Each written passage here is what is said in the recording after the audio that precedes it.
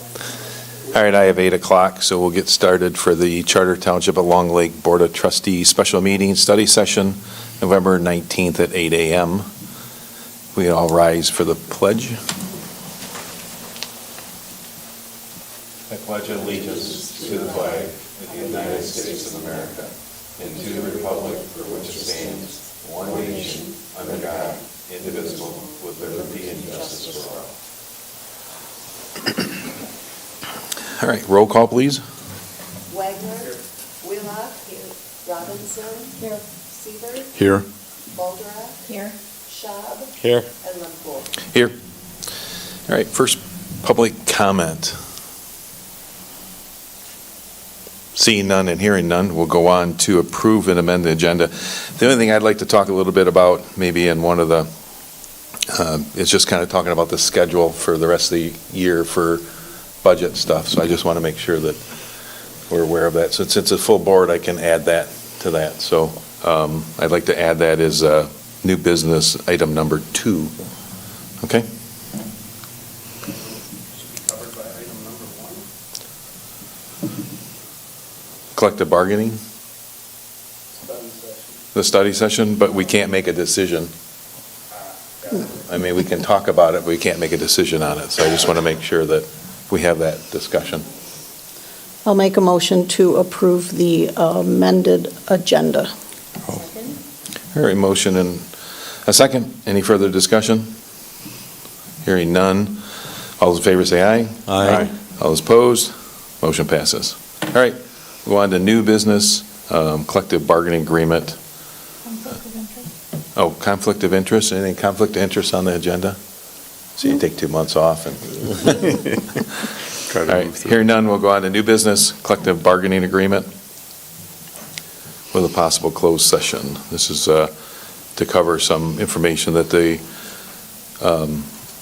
our firefighters in their contract would like to discuss, and they propose, so. So we have a motion to go into closed session if we choose to. Yeah, you have to make a motion with a, Do we need to oh. go into closed session? Unless you want it on the cameras that are out there right now. Sounds like we need to go into closed session.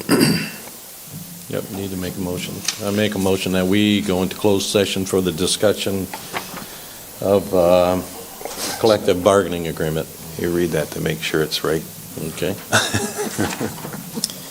Motion to enter into closed session by Long Lake Township Board. I move that the Long Lake Township Board enter into closed session under the Open Meetings Act for the following purpose: to consult with the Township's attorney regarding legal advice related to the collective bargaining negotiations pursuant of MCL 15.268, Section 1H, as the discussion will include written legal advice and material exempt from disclosure under the state law, including information protected by the attorney-client privilege under the MCL 15.243, Section 1G of the Freedom of Information Act.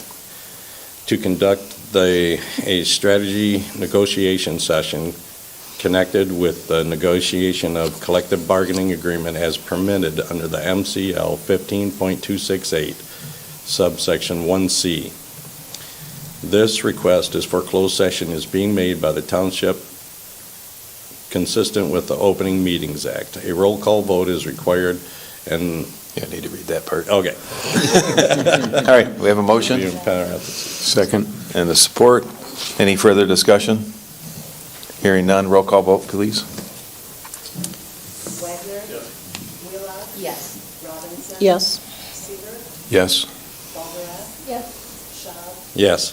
Lempool. Yes. May I ask who was second on that motion, please? All right, we're going to go over the little conference room.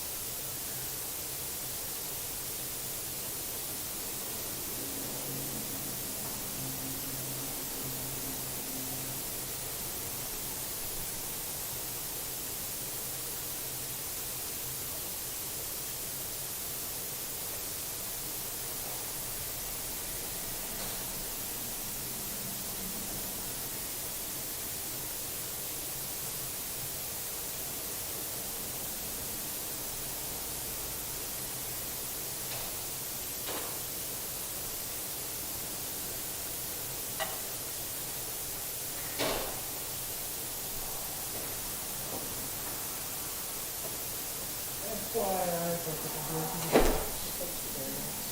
will be doing them today. I'll stay tomorrow. Cool. Yeah. Okay. No. How about you, if you can travel over the holidays? Yeah, all that fun stuff, the Christmas and all the non-fun stuff, because there's nothing to do with it. Not, realistic outside to it all, so it's not fun. No. What do you do? Nothing. One step at a time. Yeah, exactly. No.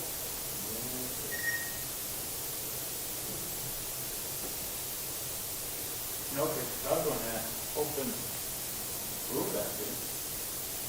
I was going to open room back there. Yeah, totally. The one in the back hallway, for sure.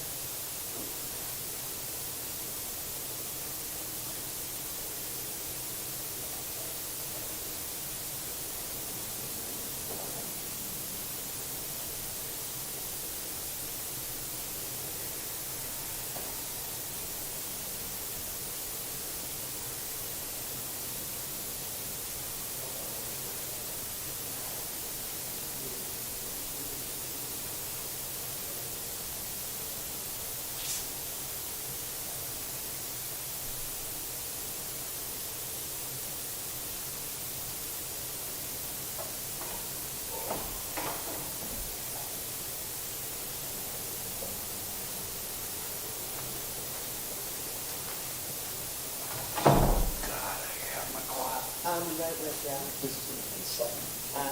Get it.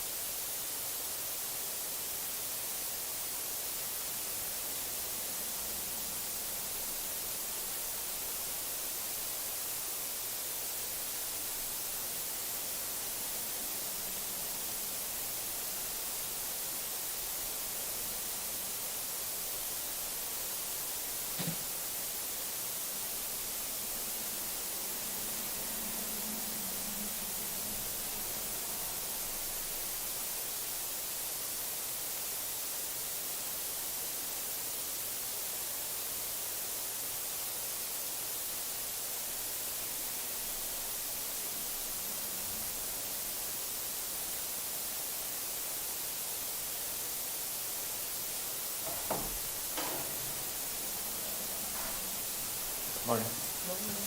Taking a long way to the restroom.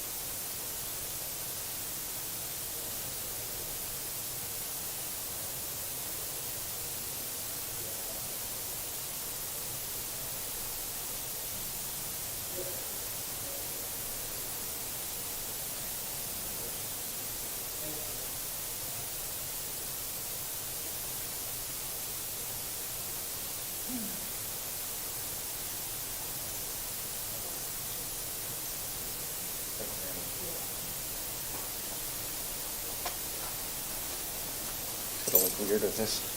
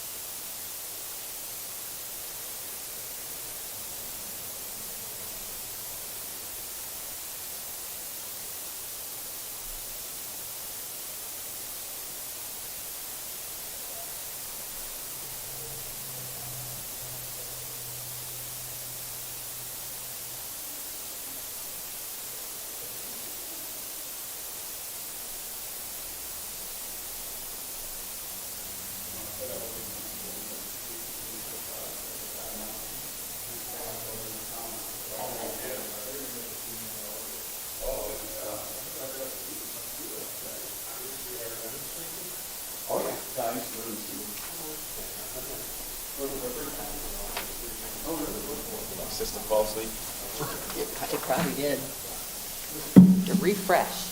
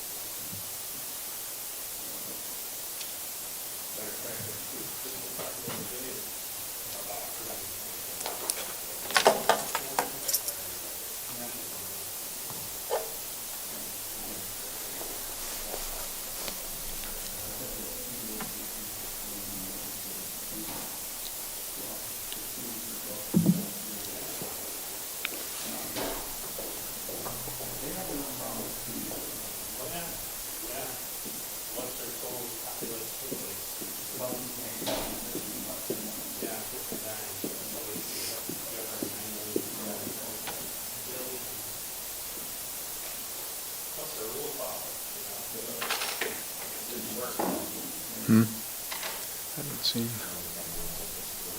Oh, sure.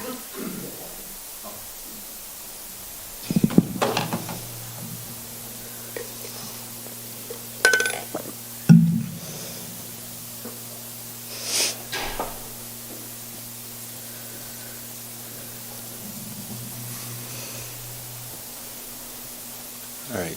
Can I get a motion to bring us out of closed session? I would make a motion to bring us out of closed session. I can second that. All right, we have a motion and support. Any further discussion? All those in favor say aye. No, we need a roll call. Oh, sorry, roll call. Yep. Schaub. Yes. Balderack. Yes. Seaver. Yes. Robinson. Yes. Wheelock. Yes. Wagner. And Lefkow. Yes. All right, motion passes. Okay, I'll make a motion to approve Resolution 112521, authorizing amendment to the collective bargaining agreement. I'll second the motion. All right, may I have motion and support. Any further discussion? Hearing none, all those in favor, resolution? Or Yep. with a we roll need call again? Roll call again. Wheelock. Yes. Robinson. Yes. Seaver. Yes. Wagner. Balderack. Yes. Schaub. Yes. Robinson. No, Lemko. Yes.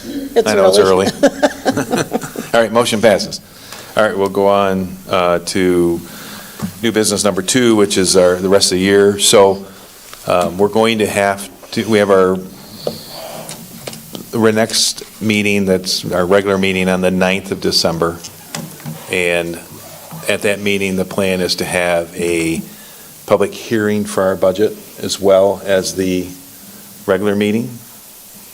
So we have that, which, you know, we never approve the budget at that time in case there's any comments that we need to adjust from the public comment. And then we'll go on to a special meeting, which will either be so this is where I'm looking for some input, either be the 23rd, which is a Tuesday, and we can do it day or night, whatever works for anybody, the day before Christmas, or we can do it the 26th, which is the day after Christmas, because our concern is to wait till the end of the month, which is the 30th.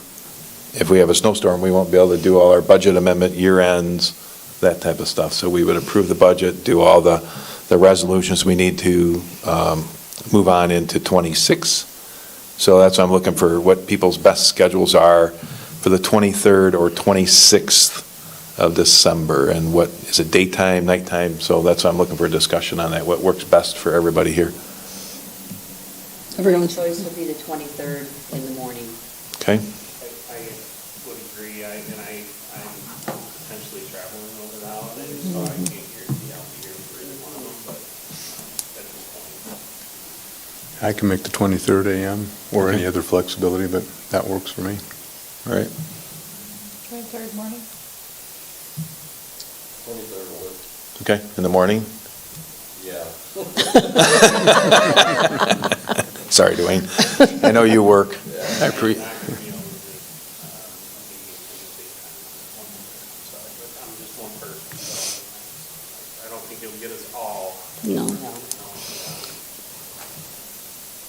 what time works best if it's during the day, Dwayne, for you? That meeting doesn't usually take so long, right? No, it's just that's the meeting where we just simply approve the budget, we do all the resolutions, it's probably an hour, Okay. and budget amendments. 7, can we do 7:30? Yep. So do 7:30 on the 23rd for a special meeting, Okay, is our last meeting of the year. yep. Okay? Good. All right.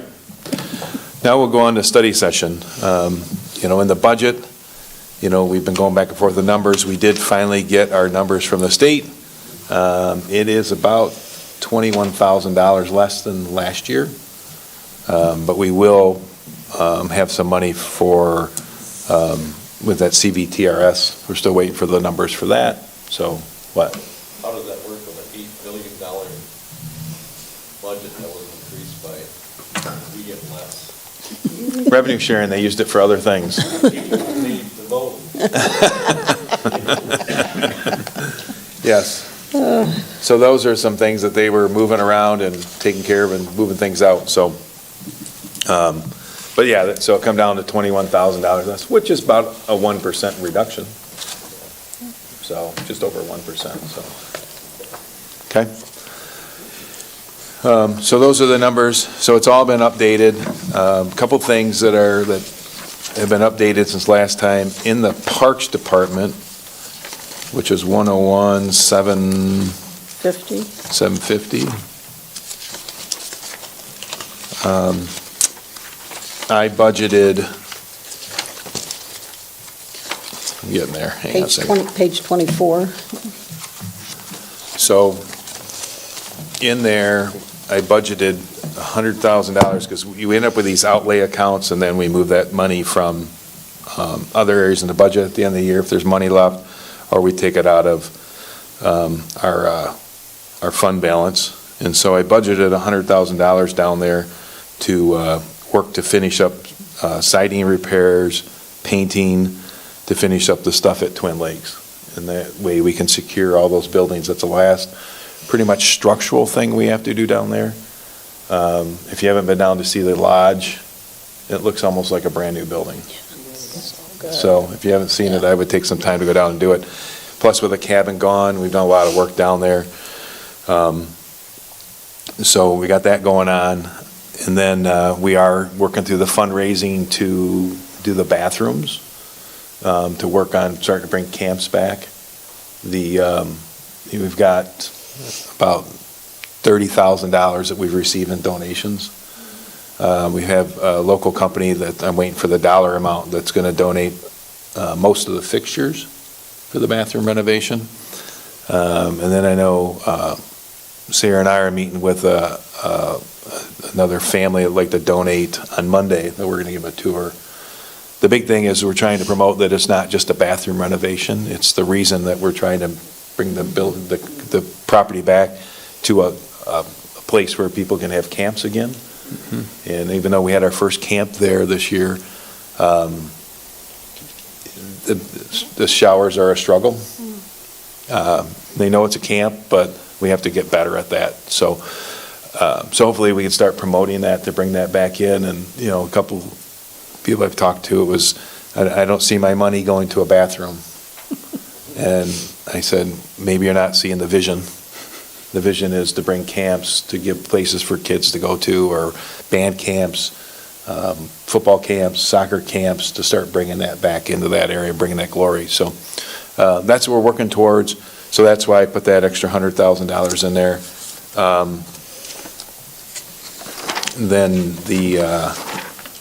So what that does is it puts us at a negative $64,000 for the year. But basically, just to make sure everybody understands, a balanced budget is that we didn't spend all the money in the fund balance. And right now, there's about $1.2 million in there. We spent a bunch of it on the renovation of this building, but there's still 1.2. So as things go or grants come in that we're going after, that's there. That's why it shows that it's a negative number, just so everybody's aware of that. Any questions before we get into our gentleman here from the Emergency Service Station for Fire and EMS? We do have our insurance numbers for sure. You Yeah, we did those have our in there. insurance. Those, all the new numbers are in there. We're up a little bit. We're about 14%. As long as, the problem is that with insurance, everybody knows the older you get, the more expensive it is. So as it goes, the good thing is we have young staff. That helps. And then I know that in the EMS, in Emergency Services budget, they have we have 2 potential new births. Well, it's going to happen. So that number could be adjusted a little bit, but, I originally budgeted 98,000 and we're down to 96.5, I think it is in there. So just FYI, so 96,500. So we're okay where it is. I do think that the insurance discussion, as you remember, we did take us off what most would refer as a Cadillac version to go to the HSA. In the private sector, most employees are paying for a portion of their insurance. In the EMS and firefighting world, they don't. It's part of a benefit that's given to them for their service. So those are things we have to look at. It may be where we look at, maybe it's a higher deductible. Maybe it's, we look at dental and vision. Sometimes those are hard to come by these days if people even take the dental insurance anymore. So that'll be a discussion again for next year. There are other versions. It's just not as, whether it's, like Blue Cross Blue Shield, you can go take it wherever you go. And then Priority, you can, but it's a little more difficult. So, and other municipalities are switching to it, but then some of them are switching back to Blue Cross. And it goes back and forth. So I think it's just one of those things we'll kind of see what next year brings for health insurance, and we'll look at it then. Yeah, I agree with that. Sitting in the insurance meetings, if it keeps increasing at this rate, at some point we have to think about what we're doing.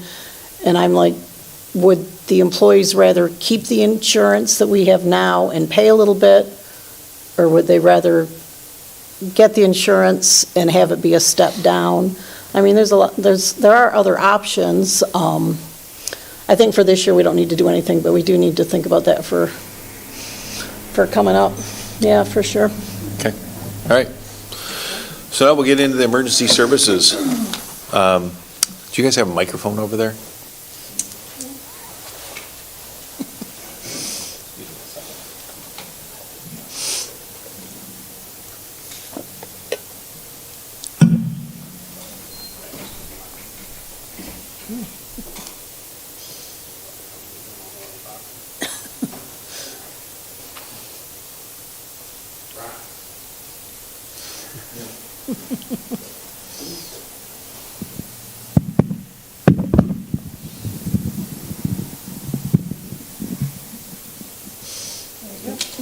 Dan gave up his. Here's a spare one in case you guys want. All right. So one of the things we want to talk about, Dave brought an idea together, and Andy and I and Dave talked about them, and then Chris joined us yesterday and talked about what do we do for our EMS as it gets the demand and trucks, trying to make sure we have enough backup. Keep in mind, 2 ambulances were smacked up over the last snowstorm, as well as an engine. Not So- ours. Not ours, thank goodness. So if Dave and Andy, you guys want to talk about what we talked about and go from there?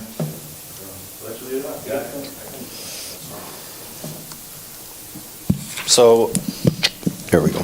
So anyway, a lot of this has kind of evolved over basically the last 2 years, for the most part.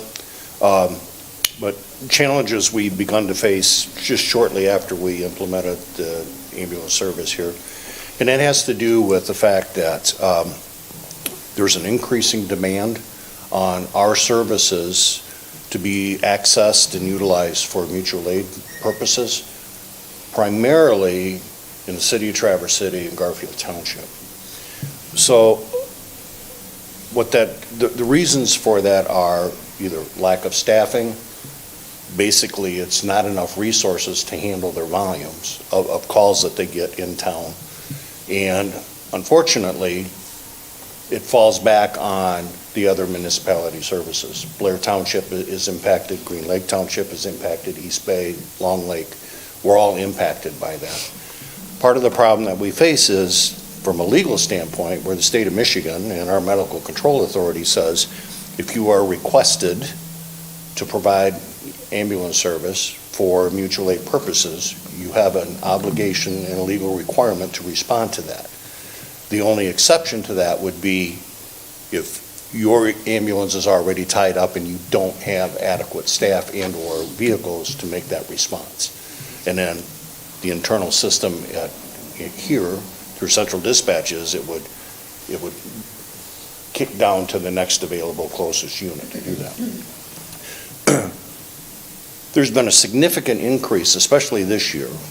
Last year, we really noticed an increase, but it's been more prominent this year, where we are in Traverse City or we're in Garfield Township more frequently than we've ever been. The problem that does is that it prevents us from being able to respond to our township residents under those circumstances. So if we're tied up and a call comes in along Lake Township, now we have to rely on another agency for mutual aid to come in with a transporting ambulance. That causes delays. Fortunately, what I can say is that we have yet to experience the fact that anyone calling for an ambulance in Long Lake Township has not received an ambulance. They've always received medical services. The big fear is, as we continue to increase these times where we're being accessed to go to other areas, it's going to happen where there won't be an ambulance available. That's not a day that I want to experience. So part of that is we have to kind of take a look, step back, and we have to kind of look at what our operations are doing, is to say, what can we do to improve our resource availability to assure or at least reduce the opportunities for that to happen where we can't provide ambulance service. And so part of that would be obtaining a second ambulance. Part of that would be obtaining additional staffing to make sure that we have enough staff available for that ambulance. And of course, that costs money. You know, that's unfortunately where we're at with that. So the whole idea with this is that we're at a kind of a pivotal point where we really need to expand the service. We need to grow the service to begin to meet the demands of the area, not necessarily specifically Long Lake Township, but we have to meet the demands of the area. And if it wasn't for the fact that we're obligated to respond to those areas, it would be a little different picture. But we don't have the ability to say no. So that's kind of where we're at. So we've had conversations about that. How can we do that? You know, what is the most cost-effective way we can do that and still be able to provide backup service in case we need to have a second call. We've already, in November already, we've had 2 different occasions, actually 3 different occasions, where we've had calls going on at the same time additional 911 calls where we've already been tied up on 911 calls actually within our township. So it isn't always just the fact because we're in Garfield Township or we're in the city of Traverse City. It can also happen here. So our call volumes are increasing every year. We will be well into the 800s this year, which is a record. Last year we were at 770 something, I think. When I first started, we were at like 400. So, I mean, it's going to continue to grow.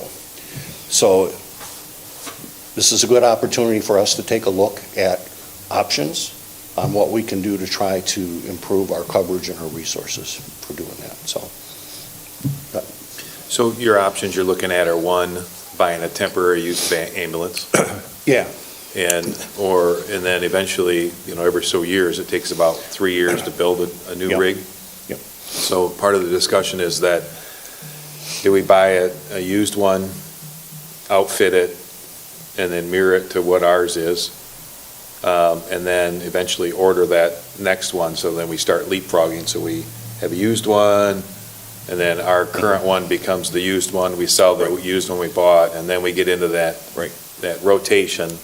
And I think that's what Andy and I were talking about. How do we rotate those ambulances? And part of it is that, we've worked with Cherryland, for the new ambulance. That one's paid off in '26. Yep. And then we meet with them because it was a 0% loan, which it's always trying to be first in their line to get those for the next new one. But what do we do temporarily? And I think that's some of the stuff. There are, Blair has a used one. East Bay did have a used one. Theirs was one of them got smacked up. So now their new one will replace that one, and they'll have to order another new one. So, so they'll keep theirs. So, I mean, it's not like we just have to do something local, but what's out there that we could buy an ambulance, and they're, what'd you say, 100,000 by the time they're outfitted? Yeah, you can range from 20,000 to brand new at 350, 400. Yeah. So so what they're asking is that, as we look at next year, do we look at that temporary second ambulance to have that available?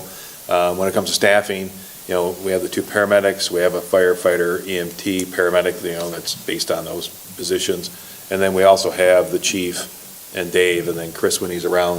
If that ambulance ever needs to roll out separately, that's something they could jump on. Dave being a paramedic and Andy being an EMT, they could take that other ambulance, or they could roll on the other call. Let's say it's going to the city, and instead of taking our crew out, they can roll in with it as well. So there's some options of trying to figure out what to do for next year as we start looking at that process. And that's what they're coming to us, is saying, look, we have to do something, or we can just sit back. And, part of it is that why are we running to other communities? Well, the problem is as we talked yesterday, it's like, the city still needs 12 firefighter and paramedics. MMR still needs staff. So we're going to those areas. The issue, a couple things, is that if we go into town and we pick up a patient that's outside of Long Lake Township, if you remember, we soft bill Long Lake Township residents. They don't pay, it just goes away because they're already paying for that.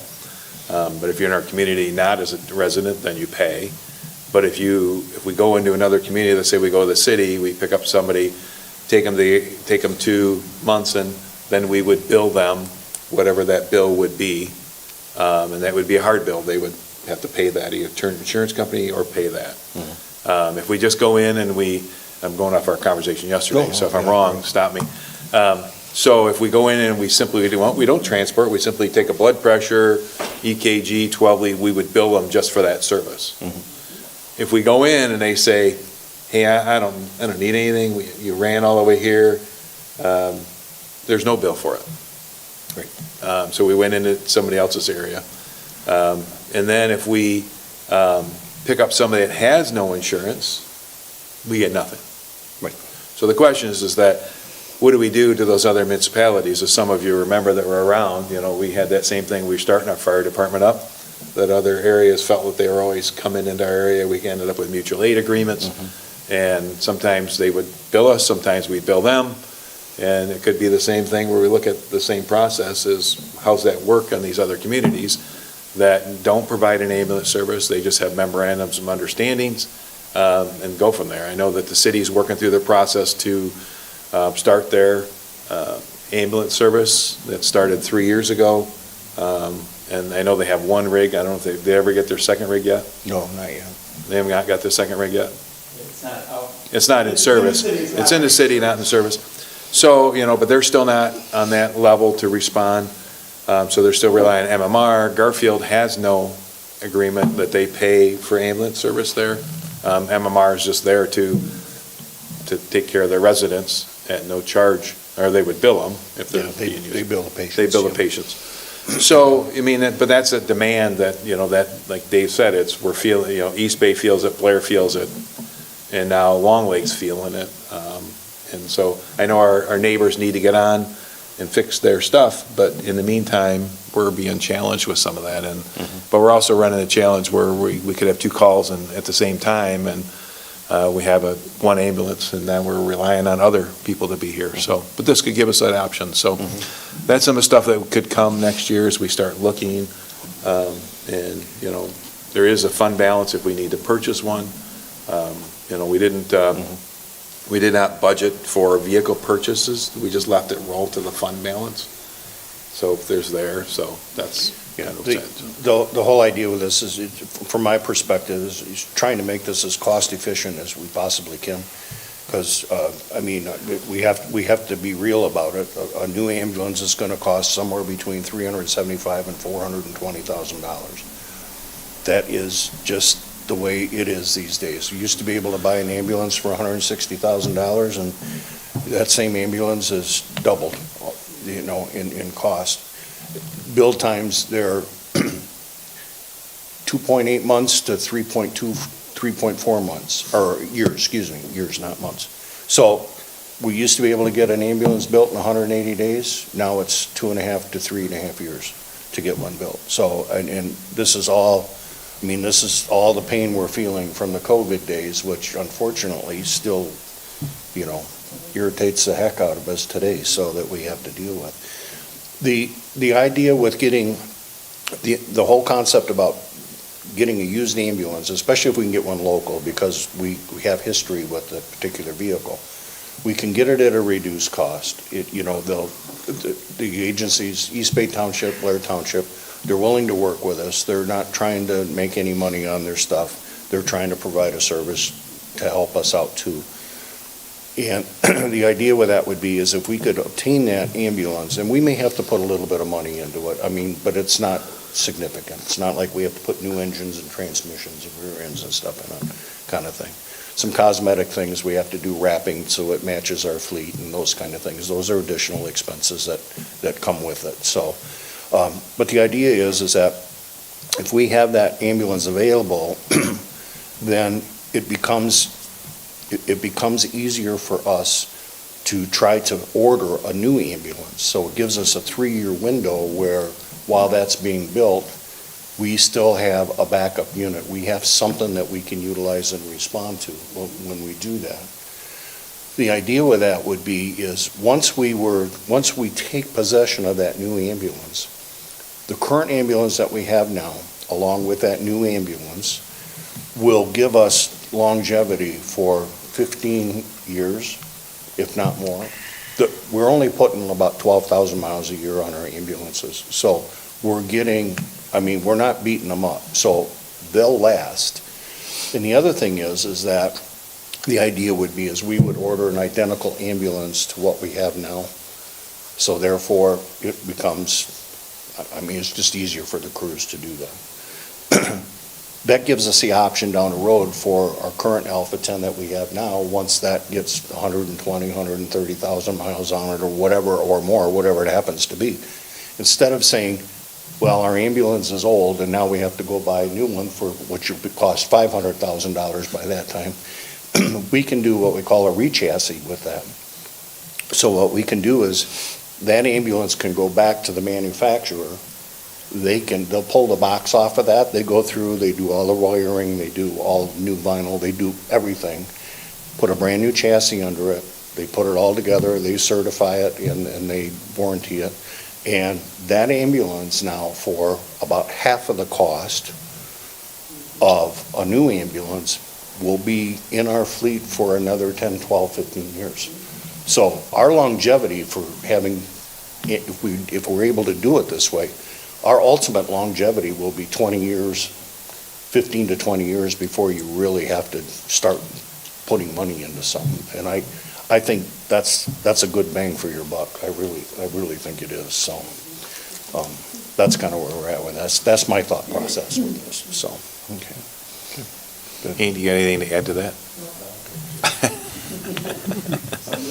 Because at some point during that time, he's going to need equipment. Yeah, And that's more than an ambulance. So, Yeah. right. Yeah, and I've asked Andy to come up with when do we think we'll be needing those different steps for ordering trucks or replacing trucks or that type of stuff down there, so. As well as whatever building maintenance is down the road in 10 years and, Yeah. so we'll go through some of that. So we have an asset list and where that progresses. So, all right. Any questions of Dave? Okay. Okay, great. Thanks, Dave. All right, thank you. All right. So the other thing we've gone through in the budget is, with the emergency services budget, is making sure that, we really are making sure that line items are true to what those expenses are, so we can really track to make sure, do we put the right amount? So you'll see some items in the budget where, one time they're budgeted much higher than what they are today, and then we just kind of try to get close to that. And we all know that a budget is just a plan, and where that all ends up at and how that goes. So with that budget, and I think we talked last time that we do have an increase with the sheriff department, with that one. And then with this budget, we still are showing $110,000 to the fund balance. And our goal is always make sure we have a plan. We talked about down at the building was with going with mini splits to take care of the different rooms so that we get better heating and cooling in those, because nobody has the same temperature they sleep with, and so it's been a really hard thing. Also with that is taken, and I think that was what, 30,000? Yeah, I got the two quotes, one from Grand Mechanical and one from Johnny Green, and Okay, so we have that, and then what that would do is create a better environment for the day room, kitchen area, because that furnace would only feed that, and then we have the feed that goes to the office area. So that's potential, some work can be done, but that would come out of that, whatever fund balance is left over. We finished, I think we're about $206,000 is what we budgeted to be left over. So we're somewhere around $200,000 or $300,000 we'll have left over this year, somewhere in that area. We still have 45 days, I think we calculated, for the rest of the year for expenses. I know that EMS has got some stuff that they're going to order, which will come in front of you for December's board meeting to upgrade and stuff like that they need down there and whatever else they have. So there'll be some expenses out of that. So, all right. Any questions on that? And then we talk about parks, some of the recommendation for transfer in for natural areas. In 26. We got from the DNR grant that we did the one for the Cedar Run. We are pretty close to that one. We did score really high with the adjustments we made, really boosted. I think it was almost 100 points. So, that's a good thing. So we could potentially get that project for that. Also, in December, January, we could get the plan for looking at redoing Crescent Shores, or sorry, let's not redo Crescent, maybe correct that one. Gilbert, let's do Crescent Shores again.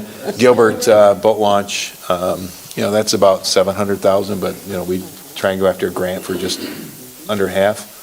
So there's trying to put some money aside for those to make those areas safer. Hopefully we get more word from the federal grant, which would offset some of the stuff down there that would cover some of the costs down there for the markings and stuff like that for safety. Because we can put stuff in that we can take out if it doesn't work, but we have to put it in to study it. So those are some things that are coming that we'll start putting money aside for those things. So that's what I have, unless anybody has any questions or suggestions that we should change or do anything with.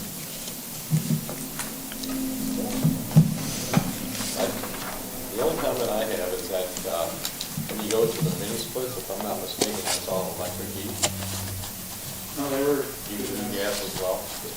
Okay. Just be prepared for cost of increase. Probably double of what you're paying right now. If it goes to electric? No, if it goes to even the gas. Okay, well, we can reach out to them and do a study on what do they think that would cost to do that, the difference of that. Current, because I think DTE could probably give us some information on that as well. We reach out to them and say, what's our gas usage for this compared and cost? We can do that. Okay, good. I guess I'd make just a couple comments relative to the whole emergency services piece in the budget. Dave, I think the presentation you made was fantastic, and how you're looking at trying to control cost, expenses, and how we can do things over time. Just for the group, for our group, and for the taxpayers, my concern when I absolutely agree and understand mutual aid. We need to be there when the calls come in. We need to be able to support that. But it sounds like that is a good piece of some of our expenses, some of the reason we need to have an additional ambulance and added infrastructure. Well, that's all taxpayer cost on Long Lake Township. I just want to make sure we're looking at what the needs are for the area and figuring out how collectively the area works together on those costs and expenses. If we're going to fund it, how do we bill for that? Or if they're going to ramp up and be able to cover it, do we need to ramp up as high? So just so we're really looking at the net need after our neighbors also get up to speed.